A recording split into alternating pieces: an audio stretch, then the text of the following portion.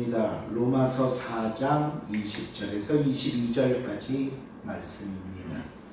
신약성경 244페이지입니다. 로마서 4장 20절에서 22절까지 말씀 제가 봉독해 드립니다. 믿음이 없어 하나님의 약속을 의심하지 않고 믿음으로 견고하여져서 하나님께 영광을 돌리며 약속하신 그것을 또한 능히 이루실 줄을 확신하였으니 그러므로 그것이 그에게 의로 여겨졌느니라. 아멘.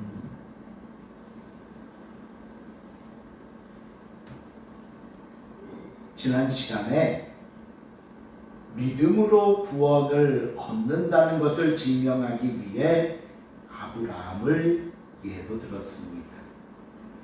아브라함이 하나님께 의롭다함을 받은 것은 율법을 잘 지켰기 때문이 아니고 할례를 받았기 때문도 아니라 오직 하나님의 말씀을 믿는 믿음이었습니다. 물론 이 믿음도 아브라함이 남들보다 뛰어나서 얻은 것이 아니라 하나님이 가르쳐 주시고 보여주시고 알게 하신 전적인 하나님 수고의 결과였던 겁니다. 오늘 본문도 계속해서 아브라함의 이야기가 이어집니다. 본문은 특별히 아브라함에 관해 두 가지를 말씀하고 있는데요. 하나는 아브라함이 어떻게 이런 믿음을 가질 수 있게 되었는가 하는 설명과 다음으로는 그럼 아브라함의 이 믿음이 후대 오늘 저와 여러분에게 주는 의미가 무엇인가를 설명하는 것이 오늘 설교의 내용입니다. 자, 그러면 첫째로 아브라함은 어떻게 이런 믿음을 가질 수 있게 되었을까요? 본문은 아브라함이 하나님의 말씀을 믿게 된 동기에 대해 설명하는데 그게 본문 17절입니다. 읽어볼까요? 시작.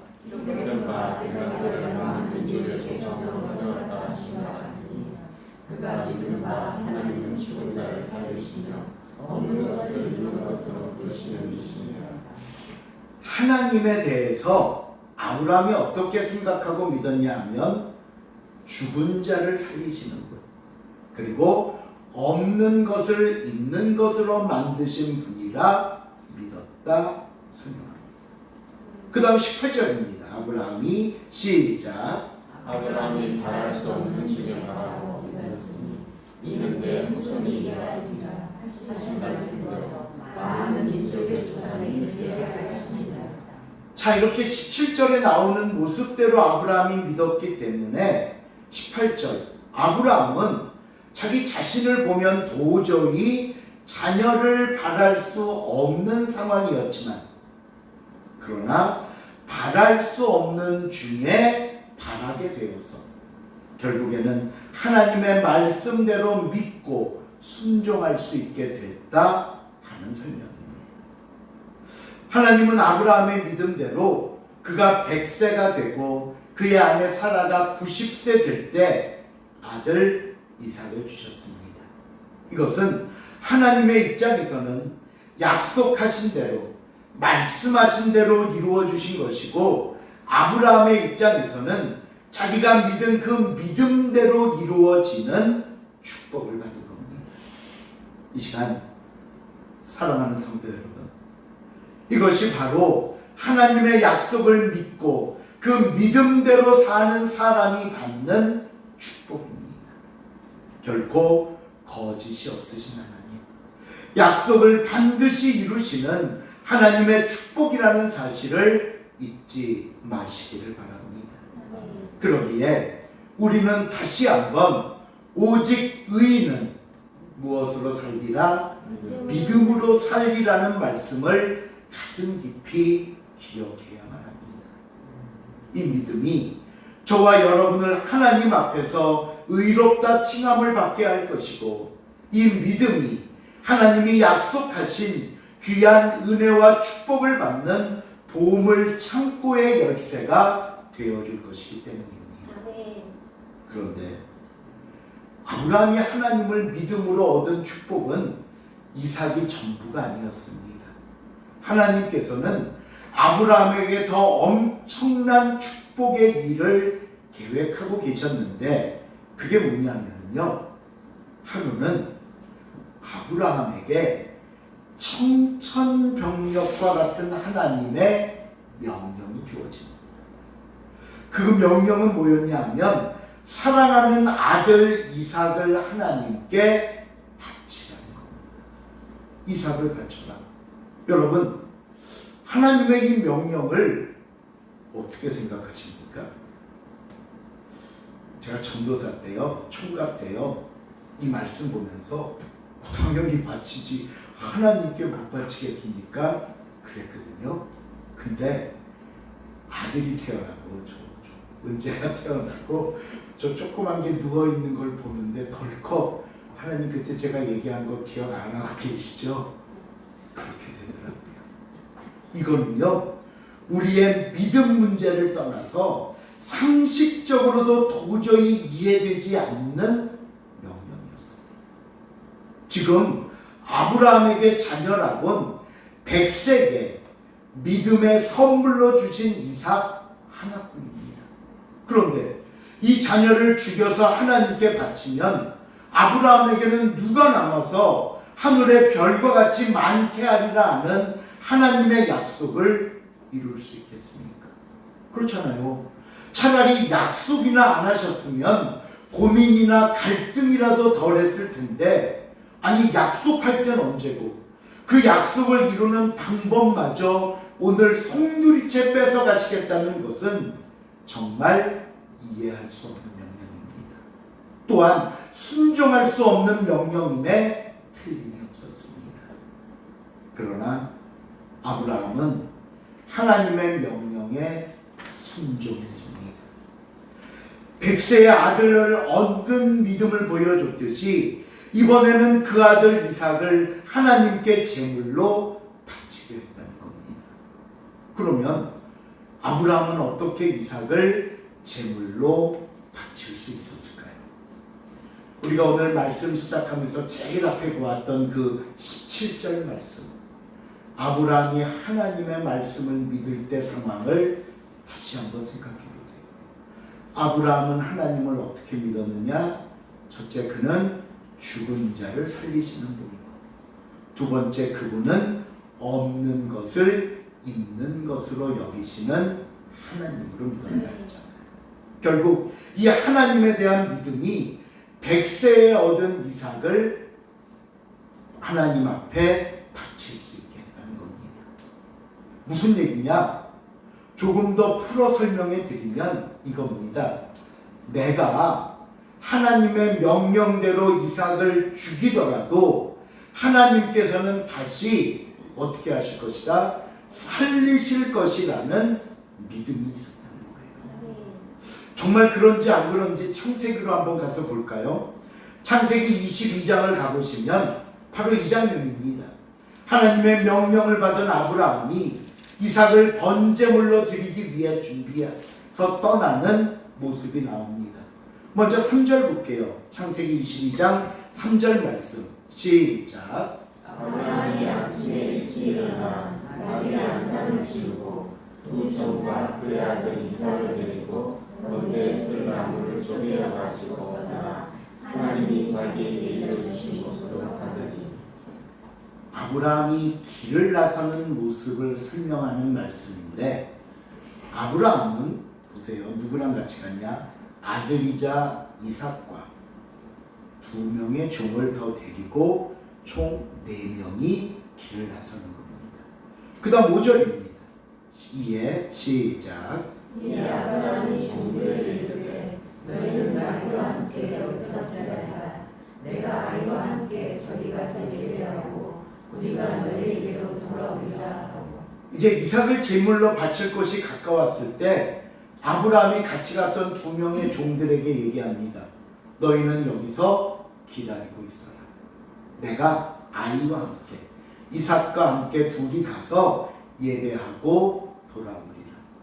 근데 이 부분을 다시 한번 잘 보십시오. 내가 아이와 함께 저기 가서 예배하고, 누가? 우리가 너희에게로 돌아오리라. 우리라는 표현을 쓰고 있습니다. 보세요. 아브라함은 이삭과 종 2명을 데리고 모두 4명이 길을 떠났다고 했잖아요. 그리고 이삭을 바칠 곳에 도착해서는 4명 중 2명의 종은 그 자리에 남겨두고 아브라함과 이삭 2명만 예배드리러 갑니다. 그 예배 다른 거 아니라 이삭을 제물로 바치는 겁니다. 그러면 이삭을 바치고 남은 이삭은 죽었으니까 아브라함 한 사람만 종들이 있는 곳으로 돌아와야 합니다. 그런데 아브라함이 종들에게 뭐라고 말했다고요? 우리가 다시 돌아오겠다. 우리가. 이 우리라는 말은 아브라함 혼자 돌아오는 것이 아니라 내가 이삭도 같이 데리고 오겠다는 이야기를 하는 겁니다. 생각해 보세요. 어떻게 이삭을 죽였는데 두 사람이 다시 올 수 있을까요? 이것이 바로 아브라함이 기억하는 하나님에 대한 믿음이었던 겁니다. 죽은 자를 살리시는 하나님, 없는 것을 있는 것으로 여기시는 하나님, 그 하나님께서 내가 이삭을 죽여 제물로 바쳐도 다시 살리셔서 결국에는 이삭과 함께 돌아오게 하시리라는 믿음을 가지고 있었던 겁니다. 이 상황을 우리가 믿음의 장이라고 일컫는 히브리서 11장 17, 18, 19절에 보면 이렇게 해석하고 있습니다. 아브라함은 시작.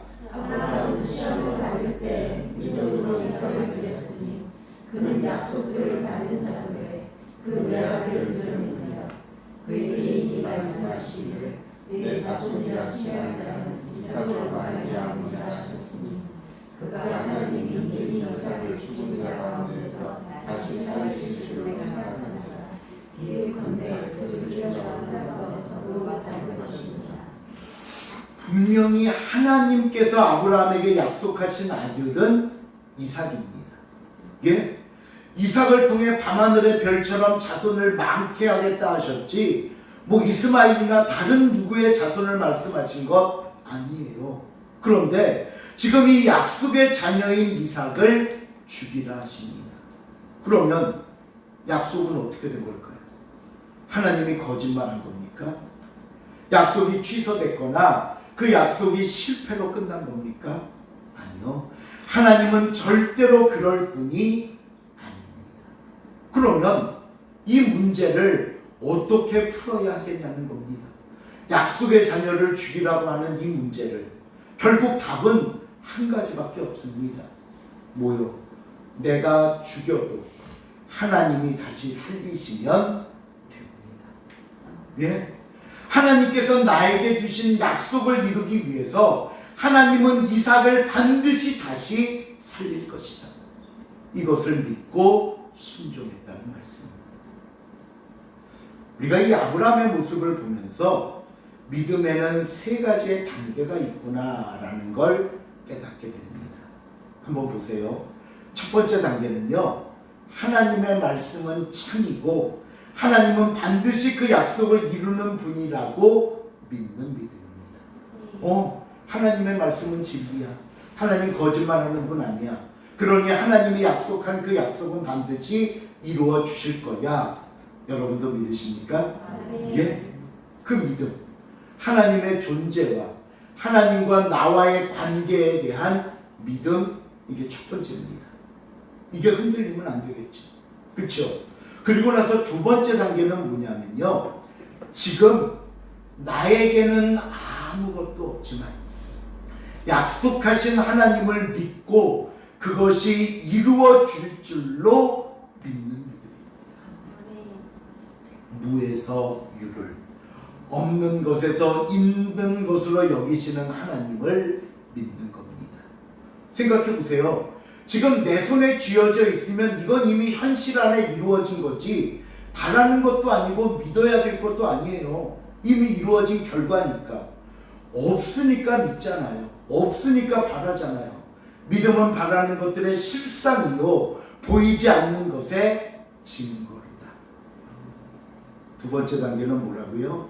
지금 나에게는 없지만 약속하신 하나님을 믿고 그것이 이루어질 줄로 믿는 것. 마지막 세 번째 단계는 뭐냐? 이겁니다. 죽은 것을 다시 살리실 것을 믿는 믿음입니다. 이제 없는 정도가 아니라 죽은 것을 다시 살리실 것이라는 믿음. 이게 꼭 어떤 육체적 죽음만을 의미하는 것이 아니라 우리 삶 속에 때로는 절망과 실망과 아픔과 포기라는 가장 극한 현실과 어려움 속에서도 하나님은 반드시 나를 일으키실 것이고 하나님은 반드시 나를 살리실 것이라 믿는 겁니다. 그동안 내가 이루어놨던 모든 것들이 무너지고 내 손에 쥐어있던 모든 것이 빼앗기고 난 뒤에도 그 잿더미 속에서도 그 깊은 수렁 속에서도 나를 건지실 것임을 믿는 겁니다. 이것이 죽은 자를 살리시는 하나님을 믿는 믿음입니다. 이 시간 사랑하는 성도 여러분, 저와 여러분 모두 이 세 번째 단계의 믿음까지 도달할 수 있기를 바랍니다. 현재 내 앞에 놓인 상황이 부족하고 너무나 연약하고 힘들고 어려운 상황이지만 그것만 바라보고 그것에 몰입하고 그것에 내가 얽매여 실망하고 좌절하고 포기하는 것이 아니라 다시 살리시는 하나님, 회복시키시는 하나님을 믿으시기 바랍니다. 그 믿음으로 전진하시고 그 믿음이 우리에게 소망이 되어서 인내하는 삶이 될 수 있기를 바랍니다.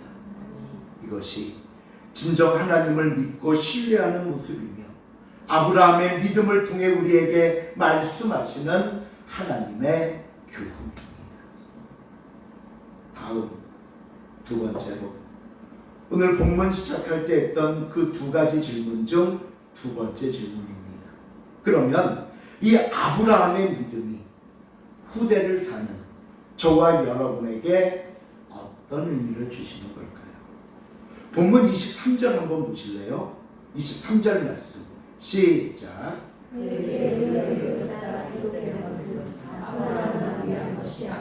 예, 앞에서 사도 바울이 아브라함의 설명을 잔뜩 해놓고는 23절에 뭐라고요?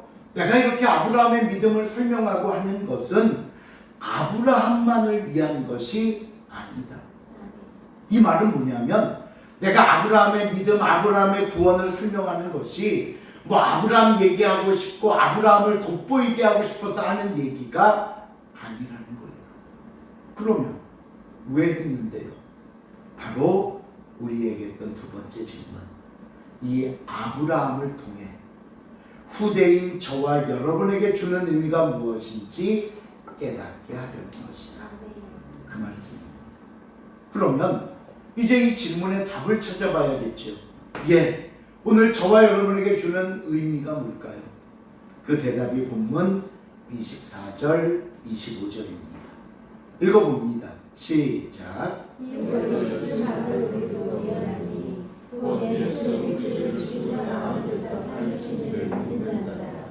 예수는 우리가 범죄한 것 때문에 내주게 되고 또한 우리를 의롭다 하시기 위하여 살아가시는다.